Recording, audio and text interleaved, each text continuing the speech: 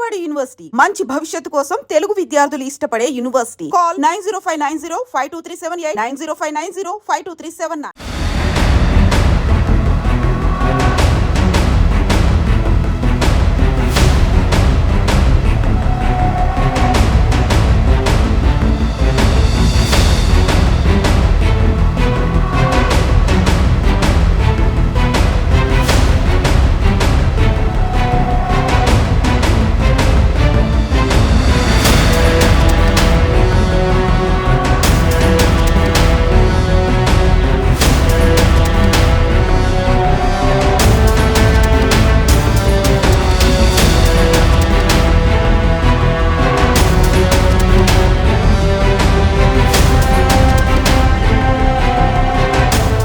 Welcome to I dream. ప్రియుడి మత్తు ముందు పేగబంధం ఓడిపోయింది. చిన్నాడు స్నేహితుతో వివాహేతర సంబంధానికి అడ్డొస్తున్నాడని 3 పిల్లల్ని ఒక తల్లి చంపేసింది. సాధారణంగా తల్లులు తమ పిల్లలు అన్నం తిన్నాక తింటారు, సరిపోతుందని వాళ్ళ పస్తులుండి పిల్లలకు అన్నం పెట్టి చూస్తున్న ఈ కాలంలో ఆ తల్లి పెరుగన్నంలో విషం కలిపి ఆ 3 పిల్లల్ని చంపేసింది. అసలు మహిళలో ఇంత క్రూరత్వం ఎందుకు వస్తుంది అనే విషయం మనతో మాట్లాడడానికి ప్రముఖ సైకాలజిస్ట్ డాక్టర్ మృదులా కపిల గారు ఉన్నారు. మేడం అడిగి చాలా విషయాలు మాట్లాడారు. మేడం నమస్తే అండి. నమస్తే అండి. మన సమాజంలో మహిళలు అంటే చాలా గౌరవం, అందులో తల్లి అంటే ఇంకా గౌరవం ఉంటుంది. అసలు కంటికి రెప్పలా చూసే తల్లి ఒడిలో పడుకోని ఉండాలి, అంత భద్రత ఉంటుందని పిల్లలు భావిస్తారు. కానీ అటువంటి తల్లి తన పక్కన పడుకున్న పిల్లల్ని ఈ విధంగా చంపుతుందని ఎవరు ఊహించారంటే సాధారణంగా చాలా రేర్ కేసులు. ఇటువంటి నైజం పాములకు ఉంటాయి.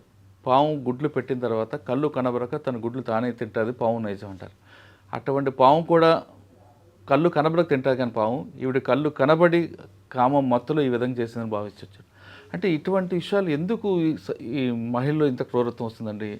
తర్వాత సాధారణంగా కత్తి కాళ్ళు ఘాటు తగిలితేనే కళ్ళ నీళ్ళు వచ్చే వీళ్ళకి కన్న పేగుని చంపుకుంటున్నాం అనే బాధ కూడా ఆవిడ లేకపోవడం, అన్నిటికంటే ఇంపార్టెంట్ డెడ్ బాడీని కూడా చూడడానికి ఇష్టపడిన ఆవిడ అంత క్రూరత్వంగా తయారవడానికి కారణం అనుకుంటారు. ఫస్ట్ అండ్ ఫార్మోస్ట్ అండి, మన సొసైటీల్లో ఎక్స్పెక్టేషన్స్ అనేవి ఉన్నాయి.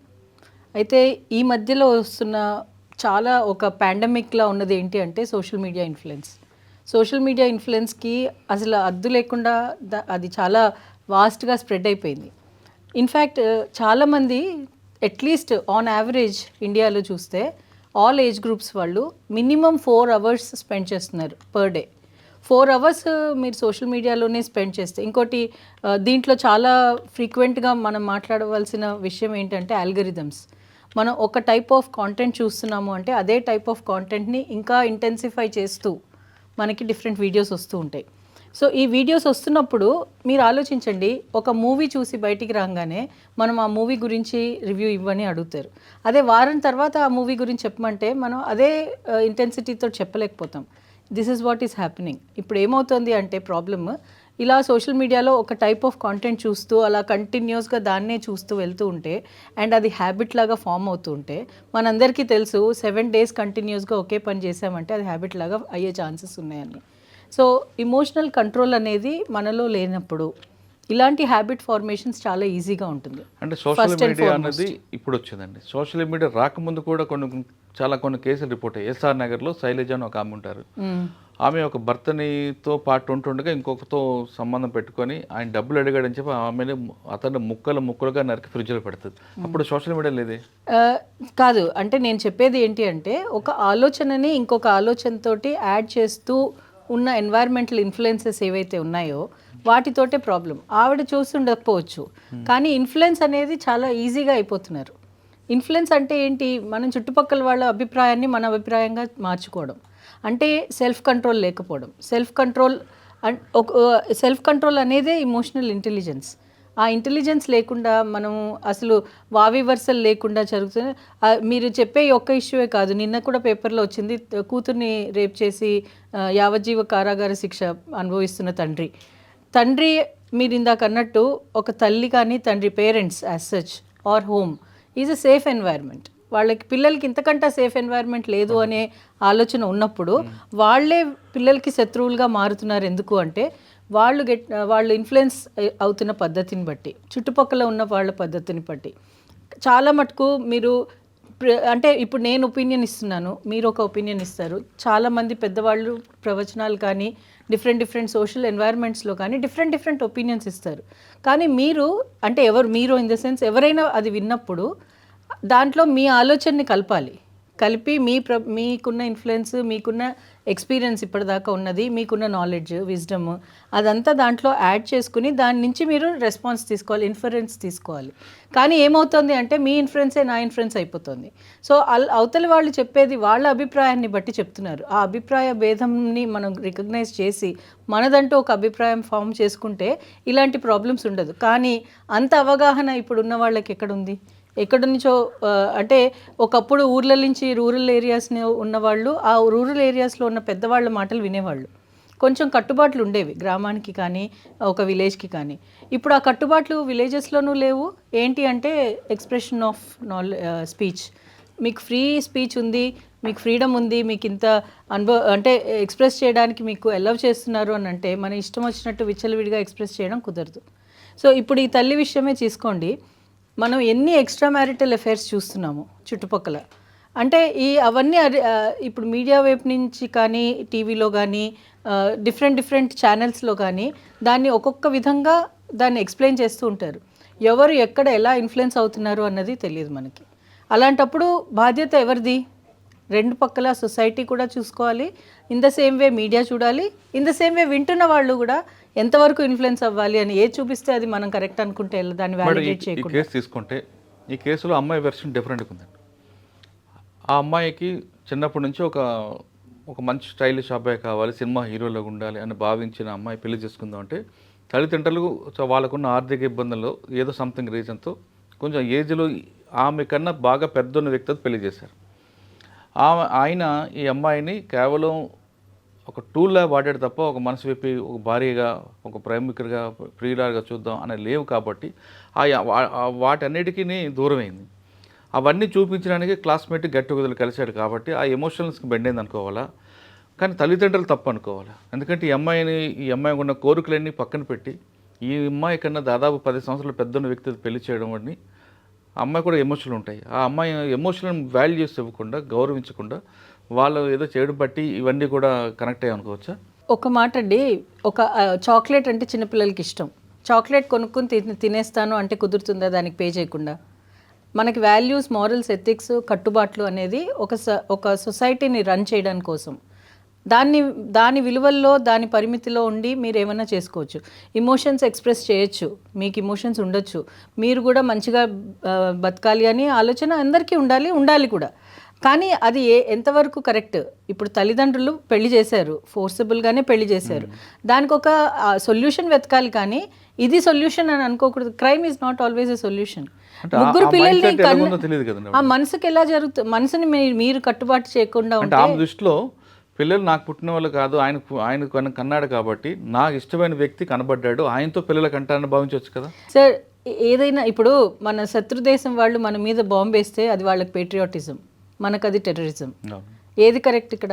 మన వైపు చూస్తే మన కరెక్ట్, ఆమె వైపు అటుకి పాకిస్తాన్కి వెళ్తే మనకి అది వాళ్ళ వైపు కరెక్ట్ అంటారు. సో మీరు ఎక్కడున్నారో దాన్ని బట్టి మీరు కరెక్ట్ రాంగ్ డిసైడ్ చేసుకోవాలి. అంటే ఇప్పుడు ఈవిడ విషయంలో చూసుకుంటే ఆవిడకి పెళ్ళయింది, పెళ్ళికి ఒక కట్టుబాట్లు ఉన్నాయి. పెళ్ళి అయిన తర్వాత పిల్లలు ఉన్నారు, పిల్లలకి ఎలా పెంచాలి అనే దానికన్నా కట్టుబాట్లు ఉన్నాయి. ఇవన్నీ ఒప్పుకుని పెళ్లి చేసుకుని పిల్లల్ని కనింది. ఇట్స్ నాట్ అడాప్టెడ్ చిల్డ్రన్, ఆవిడకి పుట్టిన వాళ్ళే. ఒప్పుకుందని మనం ఎందుకు అనుకోవాలి? బలవంతం తల్లిదండ్రులు చేస్తుండొచ్చు కదా. అమ్మాయికి, ఏ అమ్మాయికైనా కొన్ని ఆనందాలు ఉంటాయి, కొన్ని సంతోషాలు ఉంటాయి, కొన్ని కోరికలు ఉంటాయి. ఆమె దృష్టిలో ఒక హీరో ఎవరు ఉండాలి, ఎవరో వ్యక్తిని కట్టబెట్టారు. కానీ ఆమెకున్న కోరికలు చంపుకోలేకపోతుంటుంది. కానీ కాలం మారుతున్న కొలది ఆమె ట్రెండ్ కూడా మారుతుంది. ఓకే, జీవితం అనేది ఏంటి, మీకు ఏది కావాలి జీవితంలో సాధించాలన్నది మీకు క్లారిటీ ఉంటే ఇలాంటి తప్పులు చేయరు. ఎందుకు అంటే లాంగ్ టర్మ్గా మీకు ఏం కావాలి? ఒక క్రైమ్ చేస్తే పోలీసులు పట్టుకుంటారని తెలీదా? సొసైటీలో ఇన్నేళ్ళు ఒక ఆవిడకి ఎంతో ఏజ్ ఉంటుంది కదా, ముగ్గురు పిల్లలు తల్లి అయిందంటే మ్యాక్సిమం ఒక 25-30 ఉండొచ్చు ఏజ్. 30 ఏళ్ళగా మీరు బ్రతుకుతున్న సొసైటీలో కొన్ని కట్టుబాట్లు ఉన్నాయి. ఇవి అతిమీరితే నాకేం కాన్సిక్వెన్సెస్ వస్తాయని తెలీదా? తెలిసినప్పుడు ఆ క్షణం ఆ ఒక్క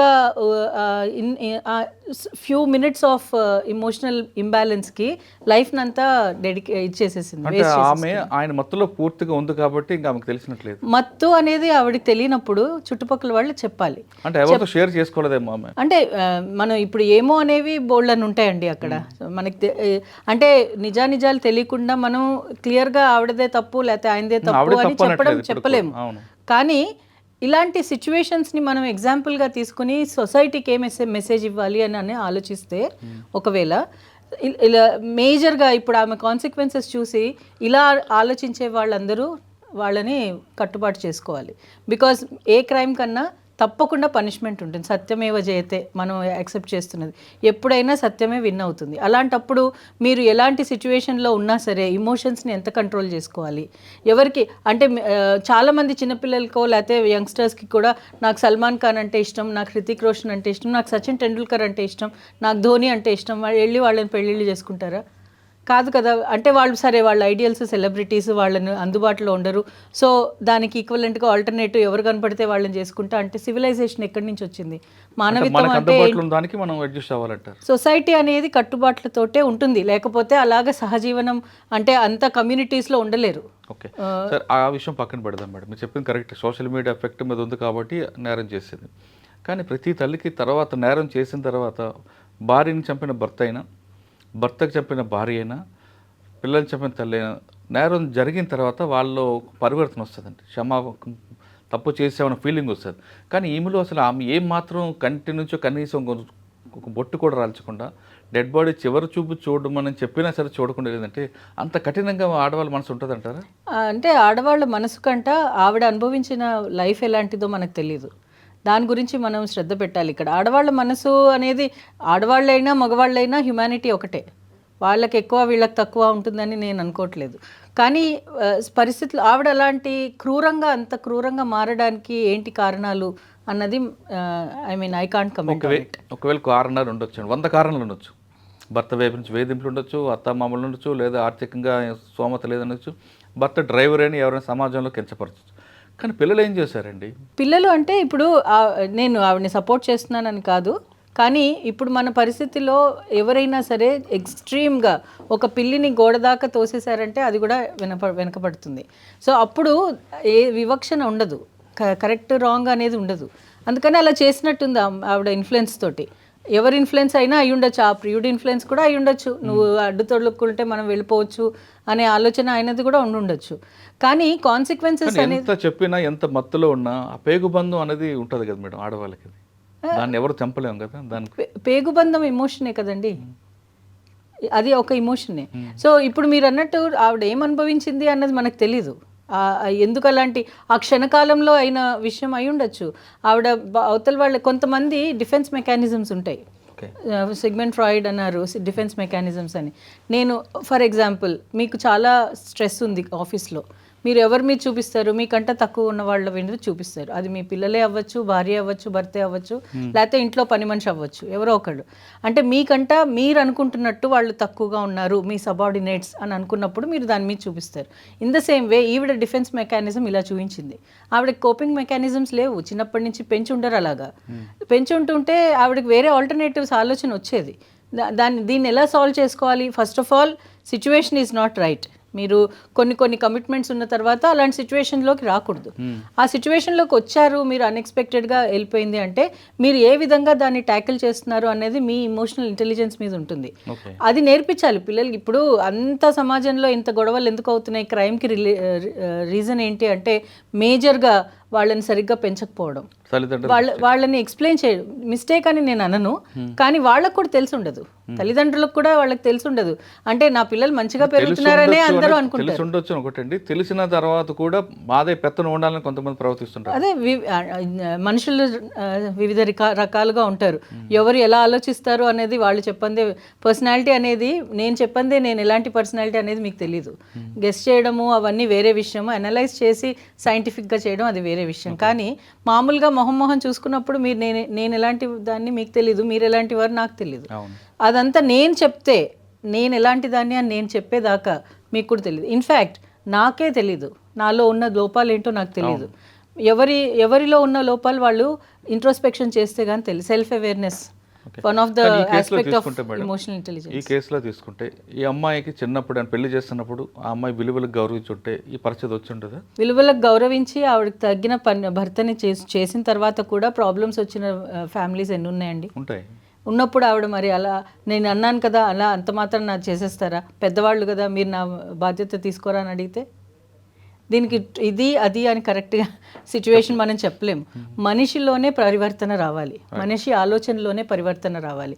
ఒక ఆలోచన వచ్చినప్పుడు ఎలాంటి ఆలోచన వస్తే అది నాకు సమాజానికి హితం చేస్తుంది అనేది ఆలోచించి దాని ప్రకారంగా మా పిల్లల్ని పెంచాలి. అలాంటి వాళ్ళనే సిటిజన్స్గా ఇవ్వాలి. That's the first function of family. Family అంటేనే ప్రొక్రియేషన్ అంటేనే సిటిజన్స్ని డెవలప్ చేయడం.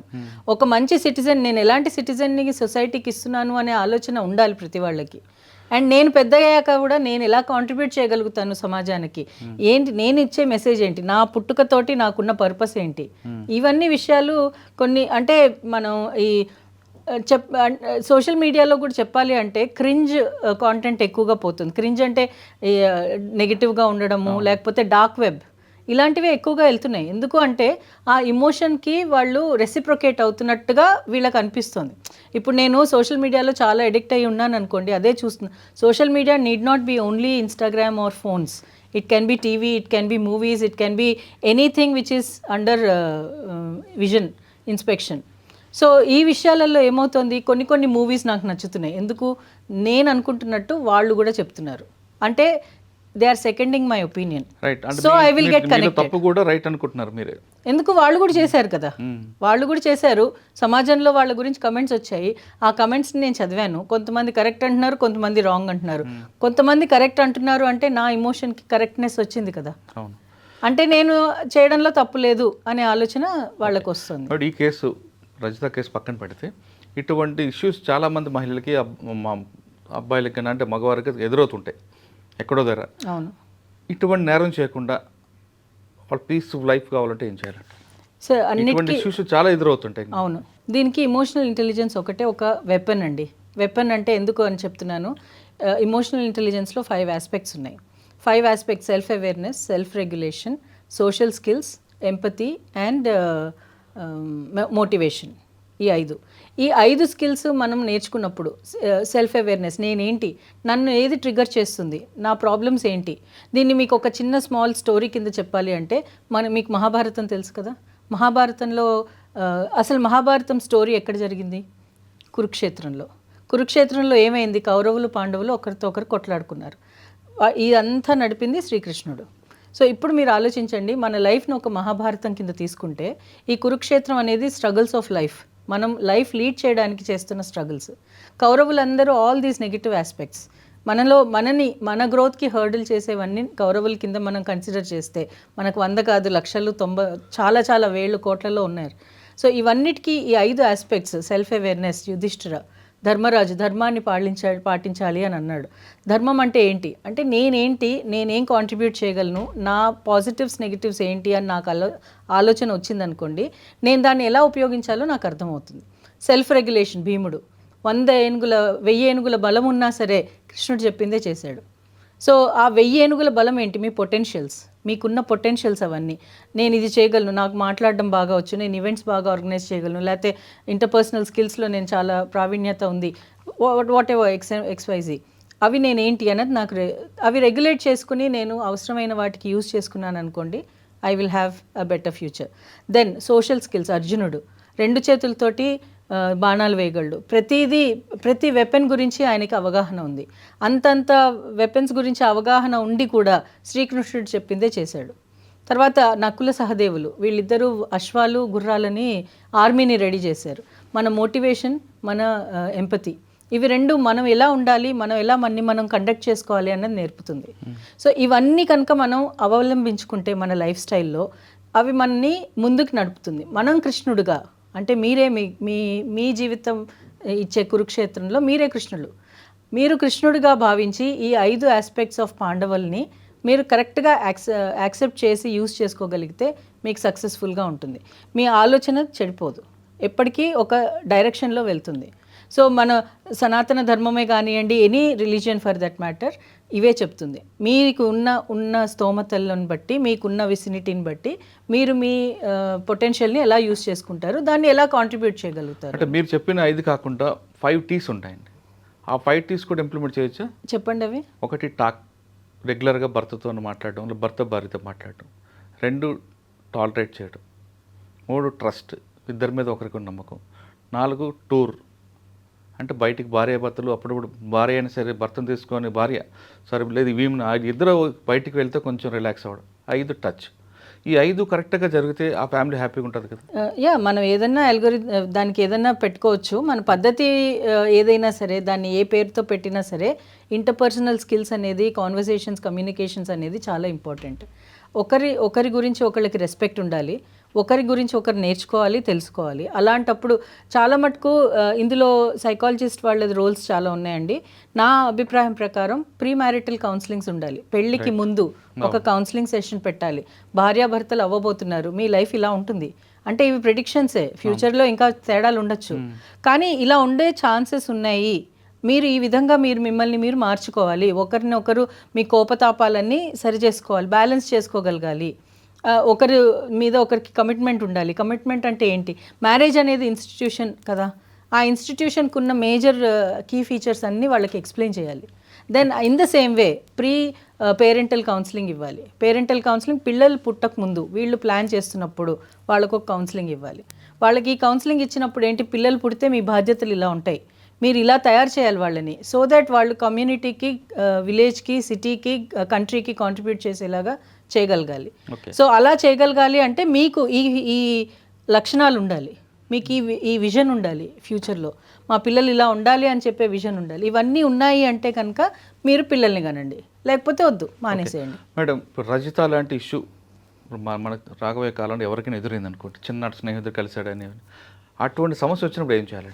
దీని గురించే మ్యాక్సిమం ఒక కౌన్సిలింగ్ యూనిట్స్ పెట్టాలండి. ఎక్కడ పడితే అక్కడ మీకు ఒక వెంటిలేటింగ్, ఇప్పుడు ఈ ప్రాబ్లమ్స్ అన్నీ ఎక్కడ వస్తున్నాయంటే తనలో తాను కుమిలిపోయి, నేను ఎవరికి చెప్పాలో అర్థం కాక, నేను ఎవరికన్నా చెప్తే నన్ను జడ్జ్ చేస్తారేమో, నా వ్యాలిడేషన్ బాగుండదేమో అనే ఆలోచనతోటి ఎవరు ఏం చెప్పకుండా బాటిల్ అప్ అవుతున్నాయి. ఈ ఇమోషన్స్ అన్నీ బాటిల్ అప్ అవ్వకుండా ఎవరికన్నా చెప్పగలగాలి అంటే కౌన్సిలింగ్ సెంటర్స్ పెట్టాలి. And government should take role. Government role కాకుండా ఆ విక్టిమ్ ఏం చేయాలండి? ఇప్పుడు ఎవరైతే ఒక అనే అమ్మాయి ఉంది, ఆవిడ 3 పిల్లలు 2 పిల్లలు అనుకుందాం, ఎప్పుడో 20 years తర్వాత చిన్నాడు స్నేహితులు కలిశాడు, సేమ్ ఎక్స్ప్రెషన్ ఇచ్చాడు అనుకోండి, అటువంటి సమస్యలు ఆమె భర్తకి చెప్పుకోలేదు, ఫ్రెండ్కి చెప్పుకోలేదు, ఆయనతో షేర్ చేసుకోలేదు. ఇటువంటి సిచ్యువేషన్లో ఉన్న అమ్మాయి రజితలాగా నేరం చేయకుండా ఉండాలంటే ఏం చేయాలి? వాళ్ళకి వెంటిలేషన్ యూనిట్స్ ఉండాలి. అదే నేను చెప్తున్నది, కౌన్సిలింగ్ సెంటర్స్ ఉండాలి. ఈ సెంటర్స్లో ఎవరు ఉంటారు అంటే, మీకు ఇప్పుడు ఫర్ ఎగ్జాంపుల్ మన సఖీ సెంటర్స్ చూడండి, చాలా సఖీ సెంటర్స్ ఉన్నాయి. వాళ్ళు అక్కడ కౌన్సిలర్స్ ఆర్ అవైలబుల్. చాలా మందికి అవగాహన ఉంది, కానీ సమస్య వస్తేనే అక్కడికి వెళ్ళాలి అనే ఆలోచనతో ఉంటారు. లేదు, మనకు ఒక ప్లేస్ ఉంది, మనం వెంటిలేట్ చేసుకోవడానికి, మన మాట వినడానికి ఒకరు ఉన్నారు అని అనిపిస్తే వాళ్ళు అక్కడికి వెళ్ళడానికి ప్రోత్సాహం ఇవ్వాలి. And not only physical, online. అందుకనే అంటున్నాను, ఆన్లైన్ కూడా దానికి అవేర్నెస్ బిల్డ్ చేయాలండి. వాళ్ళు చెప్పుకోవాలి, వాళ్ళకి దగ్గర వాళ్ళతో చెప్పుకుంటే పర్వాలేదు. దగ్గర వాళ్ళు జడ్జ్మెంట్ చేస్తారనే కదా చెప్పుకోవట్లేదు. చుట్టుపక్కల వాళ్ళ పేరెంట్స్ అంతే ఓపెన్ ఉంటే రజిత అలా ఆలోచించుండేది కాదేమో. చుట్టుపక్కల ఉన్న వాళ్ళు అలాంటి వాళ్ళు ఉన్నారు, అలాంటి సపోర్ట్, ఇమోషనల్ సపోర్ట్ ఉంది అంటే తను అలా ఆలోచించేది కాదేమో. ఎవరో ఒకళ్ళు గైడ్ చేసేవాళ్ళు. ఆ గైడెన్స్, ఆ మెంటోరింగ్ లేదు. ఆ మెంటరింగ్ ఉన్నప్పుడు వాళ్ళకి అలాంటి ప్రాబ్లమ్స్ ఉండవు. అట్లీస్ట్ టు సర్టన్ ఎక్స్టెంట్ అవన్నీ రెడ్యూస్ అయ్యే ఛాన్సెస్ ఉంటాయి. సో ఏంటి అంటే వెంటిలేటింగ్ యూనిట్స్ ఉండాలి, ఆఫ్లైన్ ఆర్ ఆన్లైన్. ఆన్లైన్ అయితే యూ కెన్ ఆల్సో, మీరు ఒక్కొక్కసారి స్ట్రేంజర్స్తో మాట్లాడడం ఇష్టపడతారు, ఎందుకంటే వాళ్ళకి మీ లైఫ్లో ఇన్ఫ్లుయెన్స్ ఉండదు కాబట్టి.